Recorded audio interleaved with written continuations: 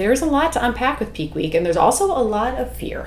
Yes, this is when the doubt starts to creep in. People think that they have to have perfection in this week, and or they're just like feeling the cumulative fatigue of months of training and feeling a little, apprehensive about taking on the longest long run. So in this episode, we have some encouragement for your last big push. We have 5 tips to help you nail your peak week and get the most benefit from it. First up, train hard, but recover harder. It's fun to think about recovery as the priority, right? Because it takes a little bit of load off of the training piece. So peak week, we know, is going to be the greatest volume in your training cycle. It should be. That is why it's called peak, right? To hit this volume, you need to make sure that your body is recovered, which means being intentional about what you are doing leading up to and definitely during and after this week. So use your tools. Get in for recovery boots. Get into an ice bath. We've got contrast here. Use lasers. Use foam rollers. Most of all, sleep. Your number one recovery tool. We own a recovery lounge. Guess what? Sleep is still a better tool than that, right? Aiming for 7 to 9 hours a night. Again, we have an episode on sleep as well if you want to just tune into that one as well and make sure that you've got all the tips on how to get some quality Z's in, use your tools, and plan that recovery. Next up is to stick to your training plan. Now is not the time to make big drastic changes or deviate from what you have been doing. You've been waiting to say this. I have been waiting. You cannot cram for a marathon. And so stick to the plan.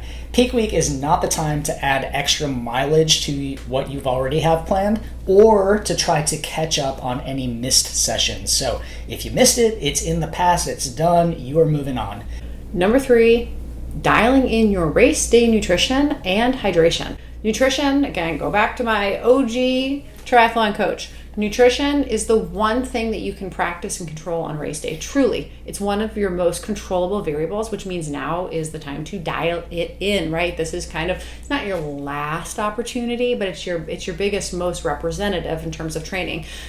So, we can, after this, maybe week 1 of taper, also test out and fine tune, but really this is your best opportunity. It includes the night before. I would argue it includes 48 hours before, right? Because our ideal carb window is 48 to 24 hours prior to starting that effort, as well as definitely day before, right? Do not be my athlete. You know who you are that ate a sweet green salad before an endurance event. Let me tell you how that went.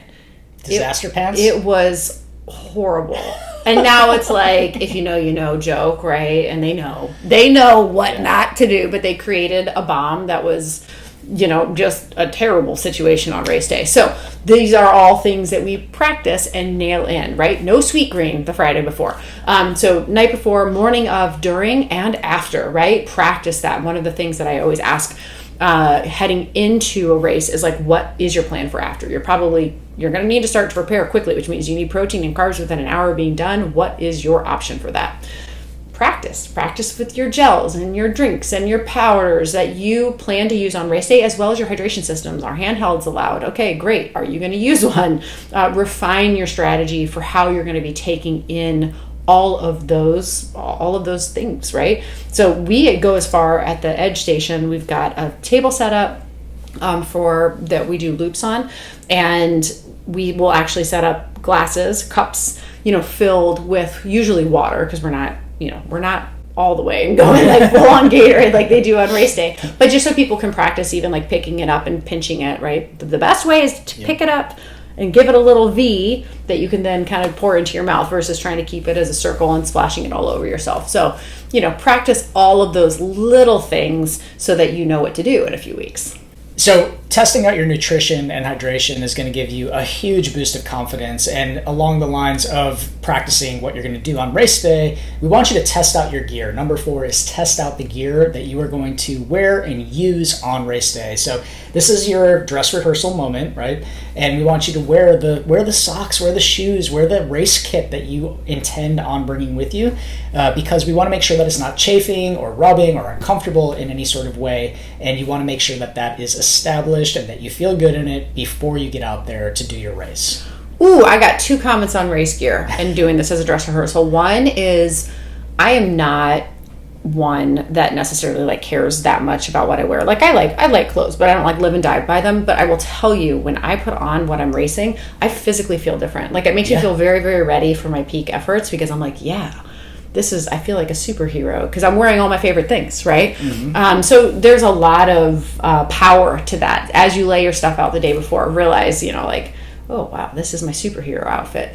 The second thing is specific to shoes. So we get a lot of questions on, I've got these racing shoes and I want them to be the perfect mileage before race day, and they're fresh out of the box, but I want to use them in my peak long run. This is what I would suggest doing. Again, if you're running with us and you're doing loops, this is another reason why we love loops. Let's say it's a 20-mile long run. I'm just giving you examples, and we're doing 4 loops of 5. Why don't you wear those for the first portion of that run, whether it's 5 or 10, and then switch in the second half back to the shoe that you have been using. So that way you get a little feel. You see how do they feel, make sure that they feel good in combination with your socks, but you're not running a whole 20 miles with a shoe that's brand new out of the box. We also always want you to test that shoe in the front half of your long run, not the back half of the long run. The back half is really when you're going to be tie-tie. We want you going back to Old Faithful that has brought you to this point that we know works and your feet are going to be more familiar with. Yeah, and don't stress about taking the time to stop at a table. Yeah, 100%. Change your shoes. Like in that last long run effort, are you going to stop and change your shoes in the race? No. But for dialing in and practicing what you need to wear, that is an acceptable thing for you to stop and change your shoes and get your hydration. Just don't linger. Yeah, you're not going to be running the marathon and at mile 10, your body's going to shut down because you stopped. Your body only remembers moving time. So whether you stopped in between, right, and grabbed water or whatever it was, it doesn't remember that part. It only knows, oh, wow, I ran for 185 minutes, right? It doesn't even necessarily remember pace. It just knows moving time and time on feet. So all that to say, stop and swap if you need to. Love that. Stop and swap. Stop and swap. Don't be afraid. All right, number 5. This is one that you probably saw coming. It's the mental piece. Mentally prepare and practice race day logistics. Use the final kind of peak week workouts to build confidence by simulating those race conditions, right? This is getting back to also putting on that kit. Practice your mantras. I had an athlete, I forget what she was using, is like, I am strong, I am capable. And she did it on her long run. And then she literally said it for like the first 20 miles of her marathon in her head, like in tune with her cadence. And it was like such a wonderful way for her to dispel a lot of her anxiety, right?